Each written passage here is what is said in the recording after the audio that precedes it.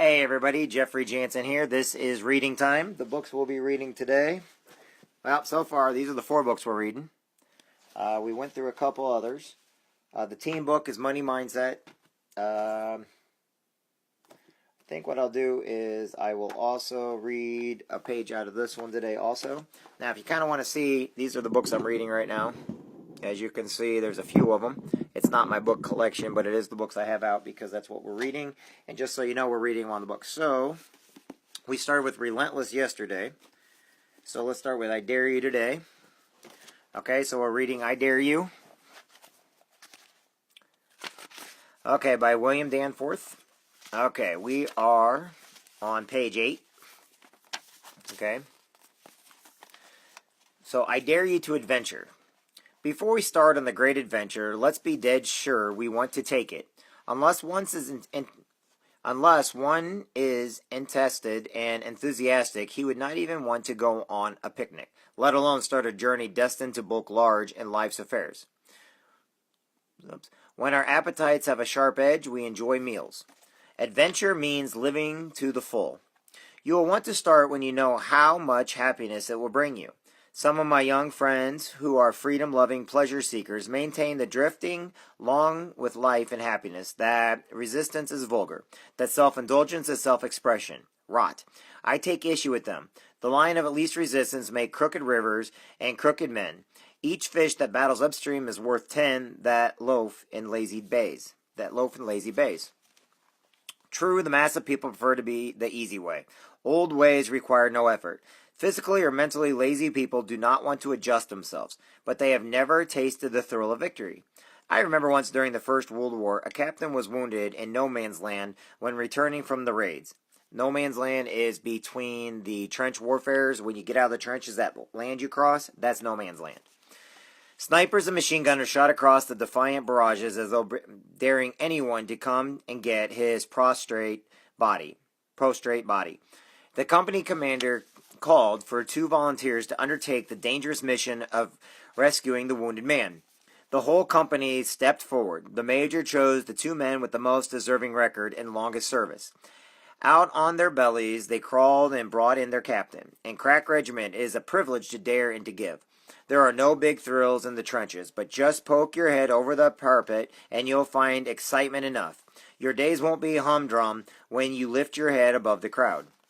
I dare you to adventure is my message to those red-blooded young leaders I meet every summer at the American Youth Foundation camp in Michigan.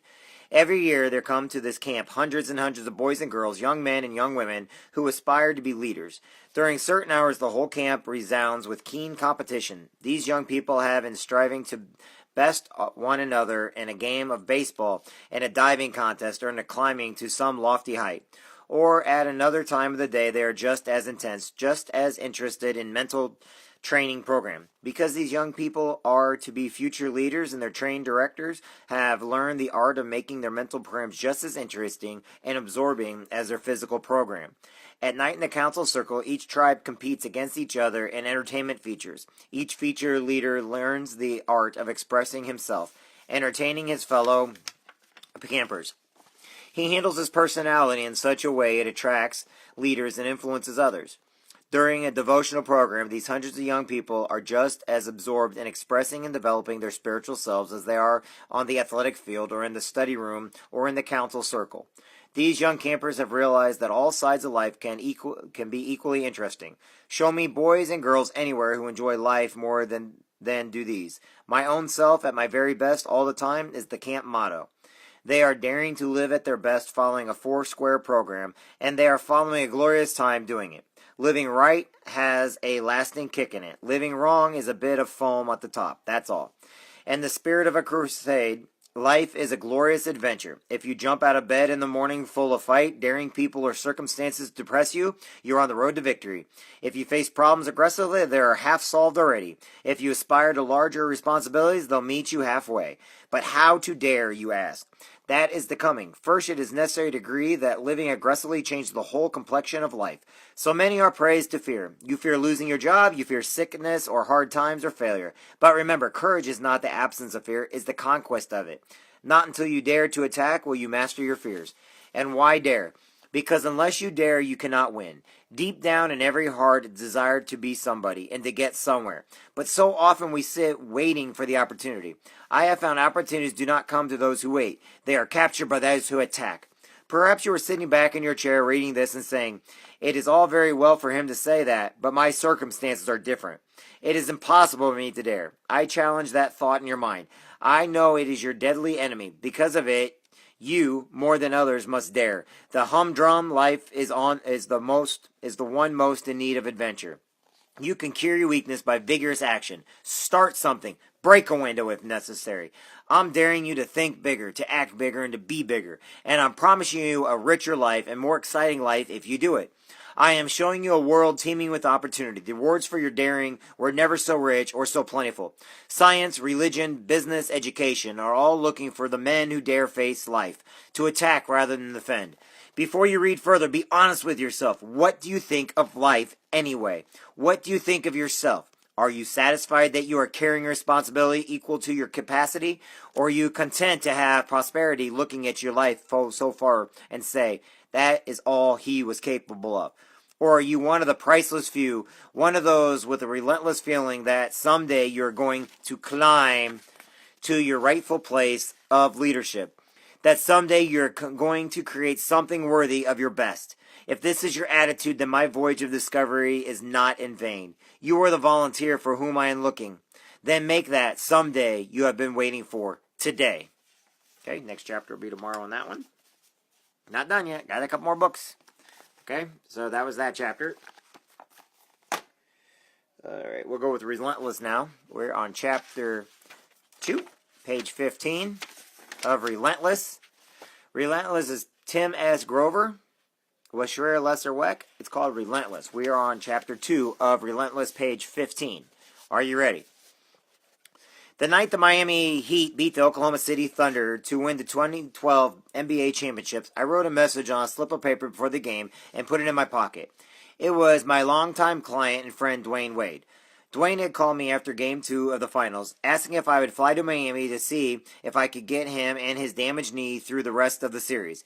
I was surprised. We have a long, successful relationship, but we hadn't worked together for the last 2 seasons, in part because he had chosen to stay in Miami to train near his teammates LeBron James.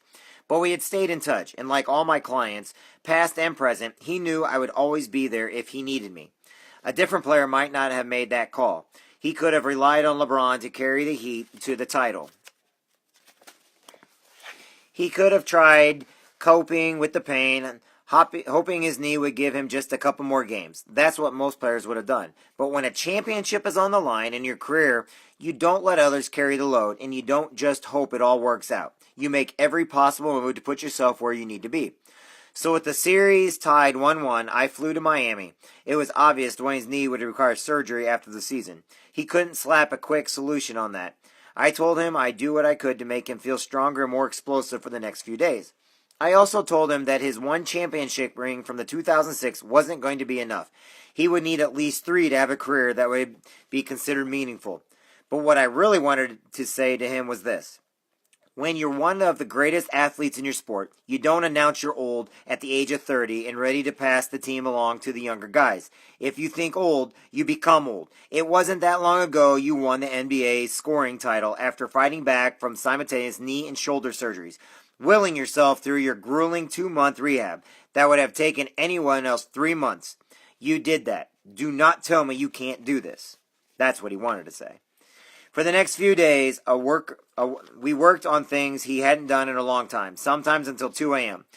Alone in the arena, away from the teammates and media and all the other distractions. For the first time in a long time, it was all about him. The Heat took Game 3 and then Game 4 to lead the series 3-1.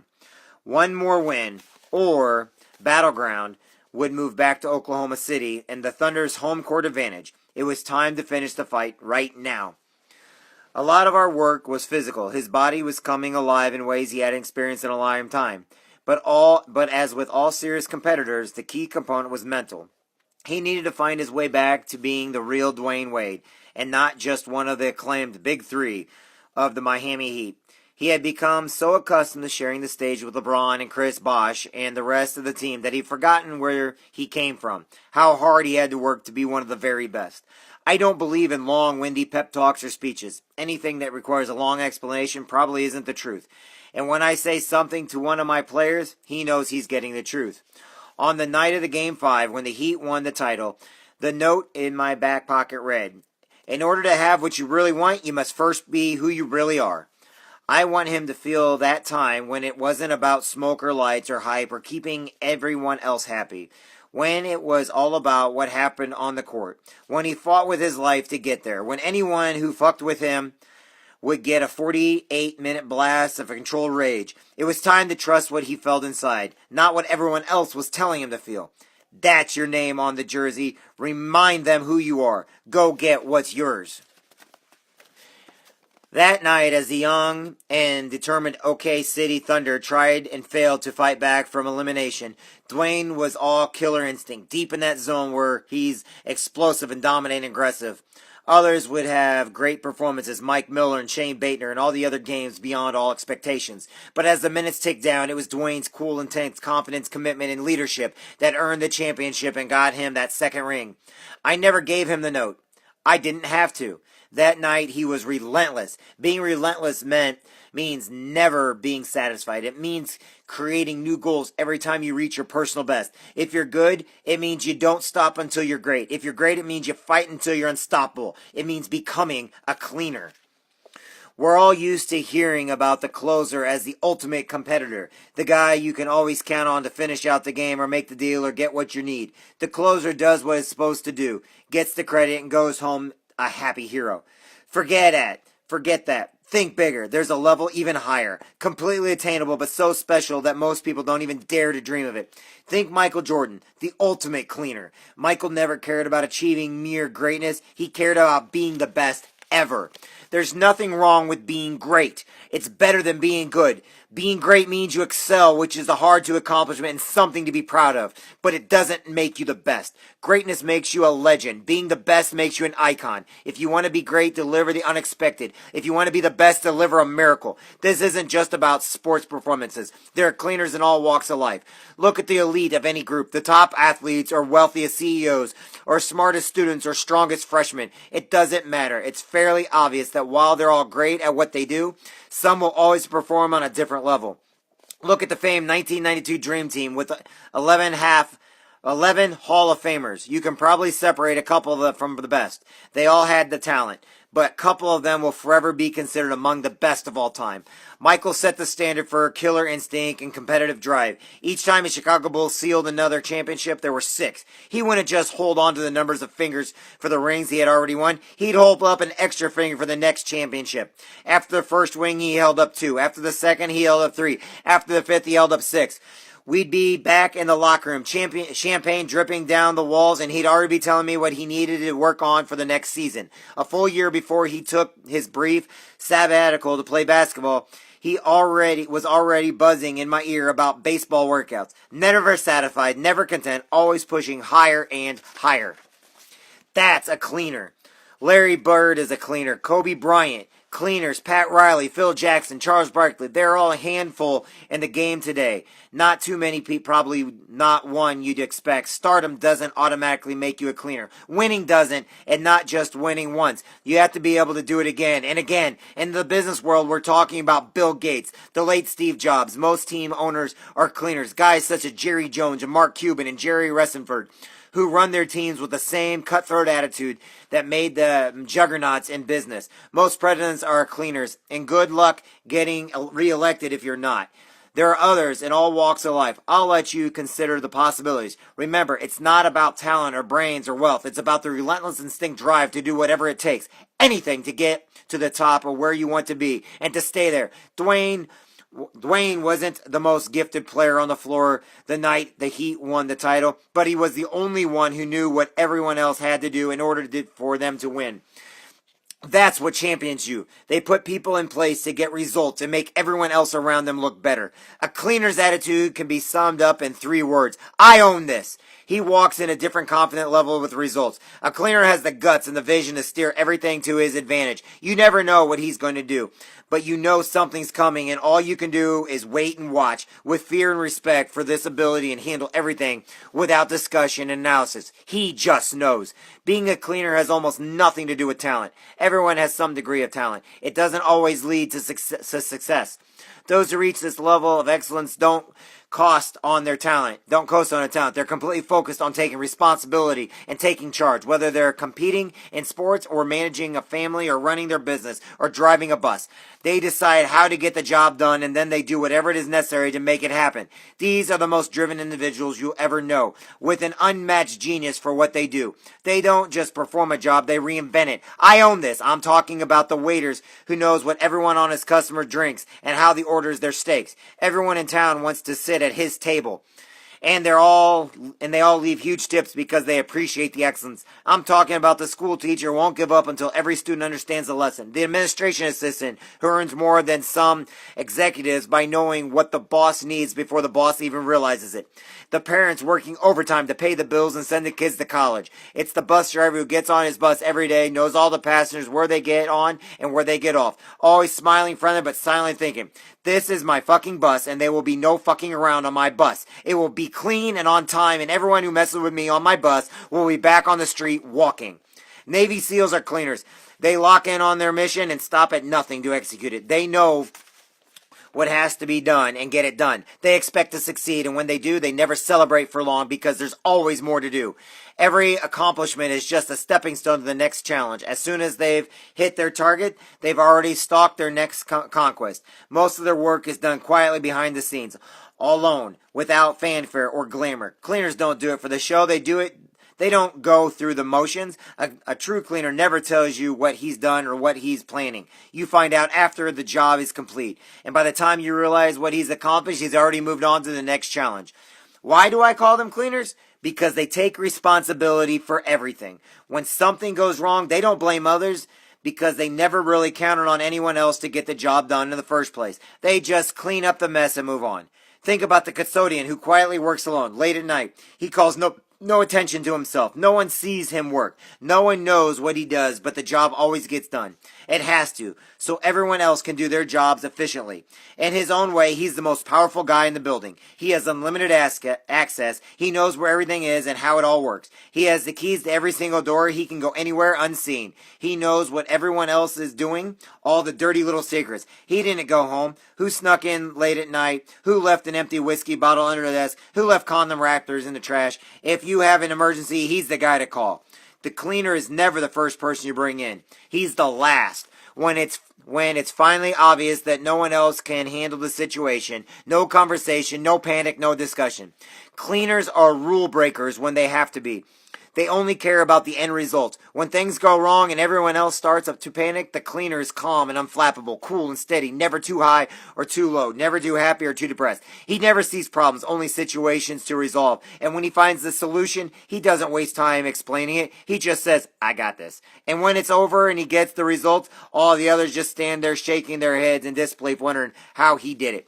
Failure is never an option. If it takes years, he'll find a way to turn a bad situation to his benefit, and he won't stop until he succeeds. Cleaners have a dark side and a zone you can't enter. They get what they want, but they pay for it in the solitude.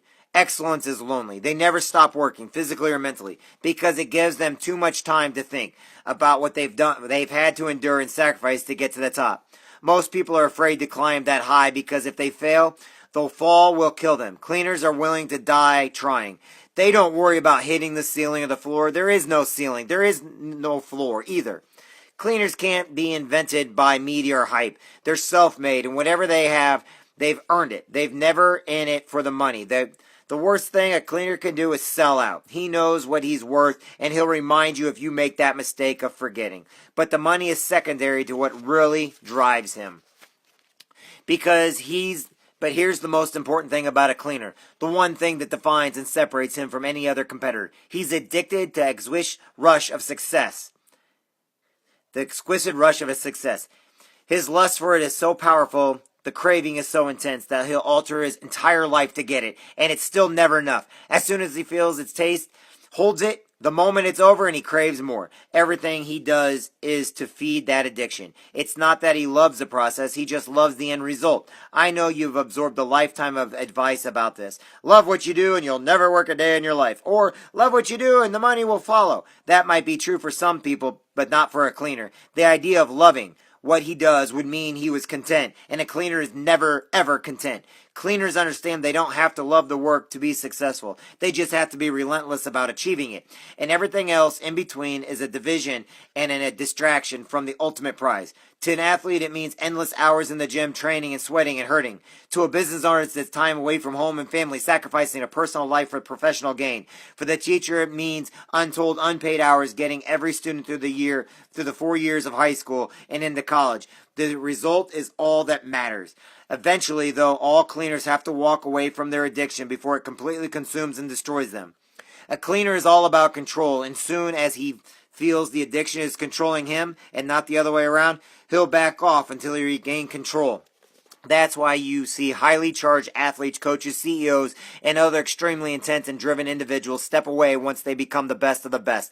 The pressure to go even higher becomes so consuming, so they pull back, refocus, and usually return within a renewed appetite for even more. But there's the good news. Before you run away thinking you can't possibly live your life this way, it's not necessary, even possible, to be a cleaner in all aspects of your life. You don't have to be relentless about everything. You don't have to be the best at everything. You can't be unstoppable in your career and your relationships and your other interests, because achieving excellence in any one of those areas requires you to say, I don't give a damn about anything else. If you're trying to be a cleaner in business, you'll probably sacrifice your personal relationship. If you're a cleaner in sports, you likely won't excel in business. If you want to be a cleaner parent, your career will take a hit. Cleaners sacrifice the rest to get what they want the most. Most people stress about that. A cleaner never does. Cleaners don't care about having it all. You ever see some of these billionaires? They're the worst dressed guys in the room. Warren Buffett still lives in a house he bought in 1958 for $31,500. True cleaners don't care about the bling or the showy lifestyle. They look at the bottom line. All that matters is the end result, not the instant gratification along the way.